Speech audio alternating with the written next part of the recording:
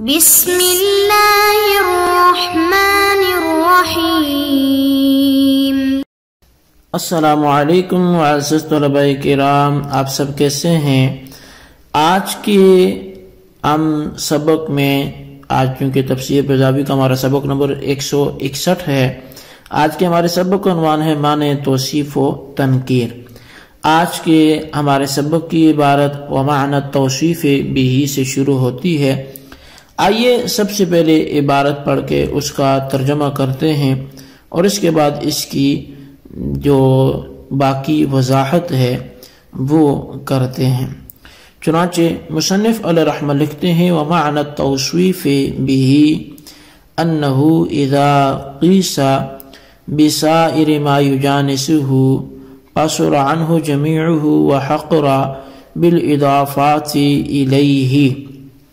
اور عذاب کو عظیم کے ساتھ متصف کرنے سے مقصود قرآنی یہ ہے کہ اس عذاب سے جب اس کے مماثل دوسرے عذابوں کا موازنہ کیا جائے تو وہ دیگر عذاب اس کی بنسبت قاصر و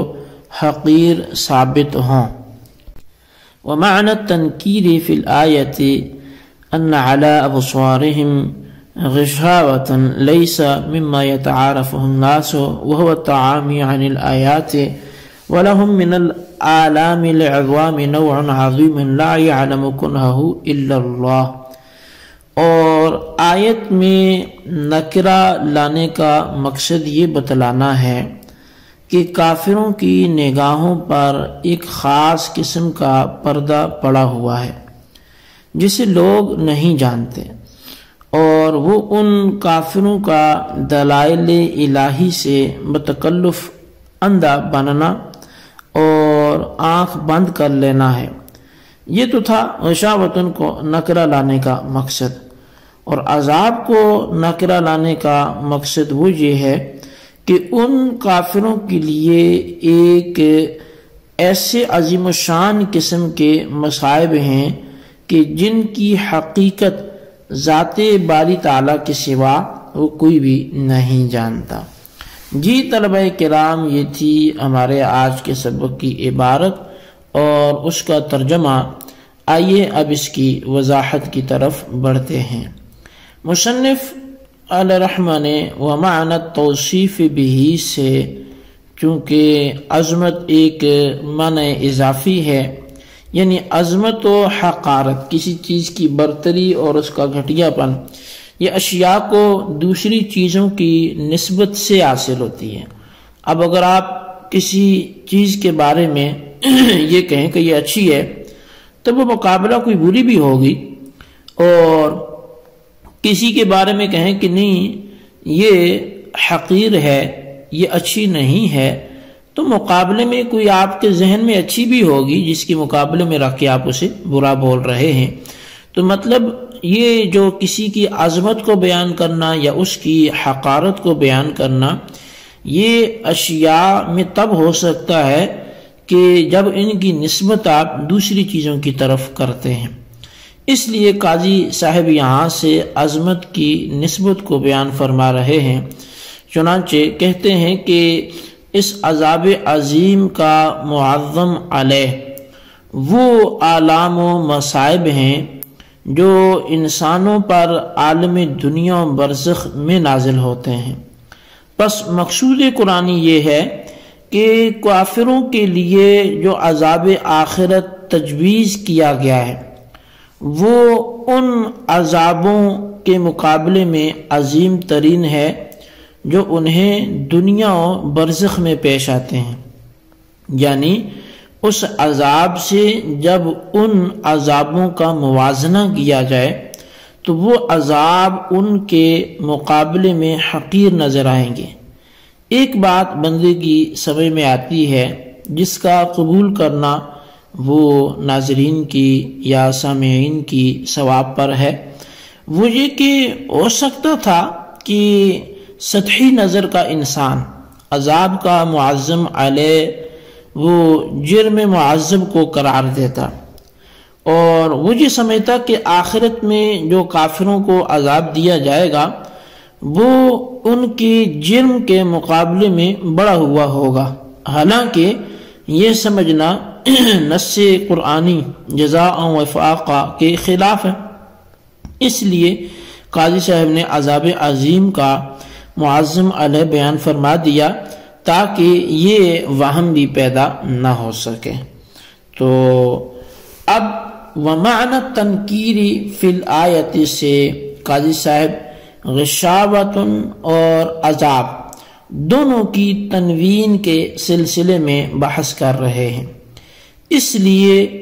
فی الآیت کا لفظ استعمال کیا،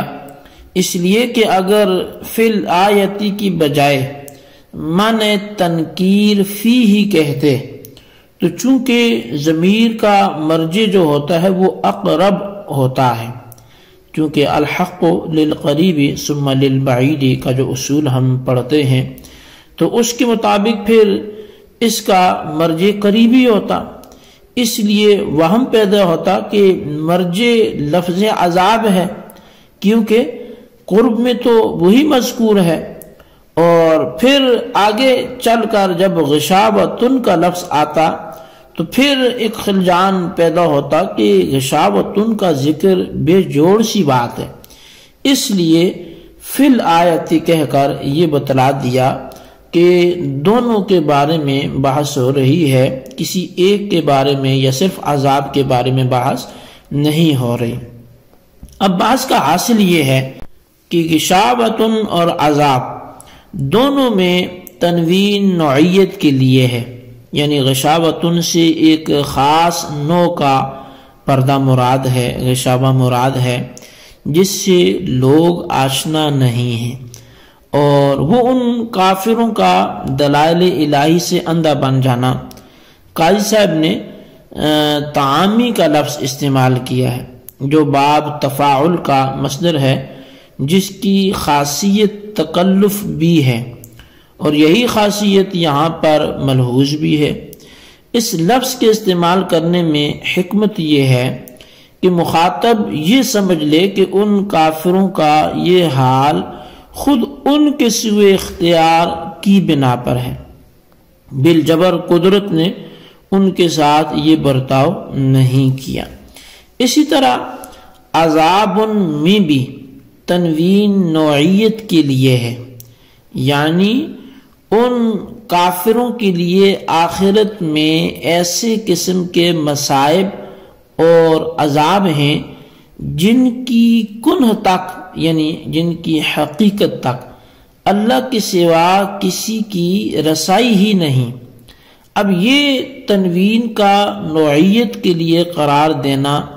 یہ زمخشری کا اختیار کردہ مسلک ہے، اور قاضی صاحب نے بھی اسی کی پیروی کی ہے۔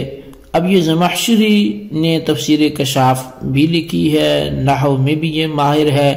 بلاغت میں بھی اس کا ذکر پڑھتے ہیں، لیکن یہ ہے معتزلی ہے، جو فرقہ معتزلہ ابو علی جبائی کی جماعت کا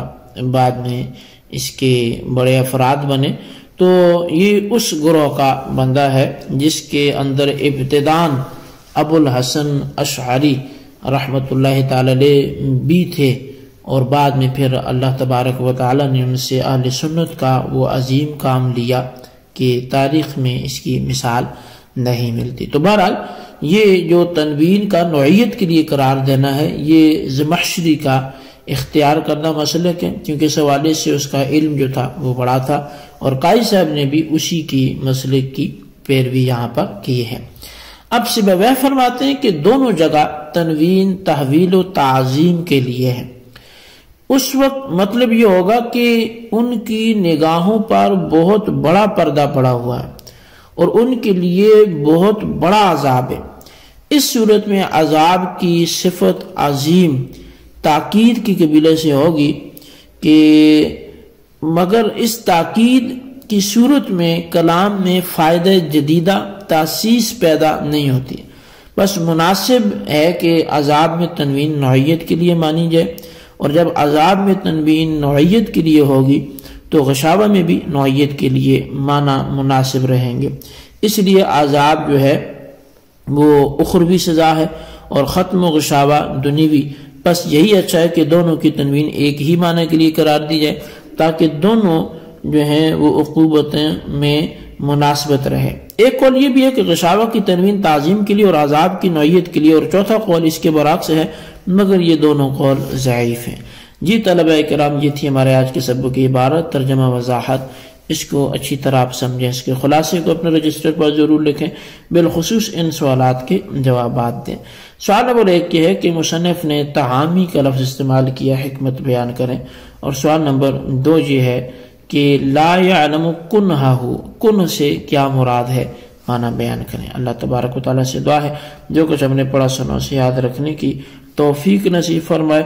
آمین بجاہ النبی الامین صلی اللہ علیہ وسلم۔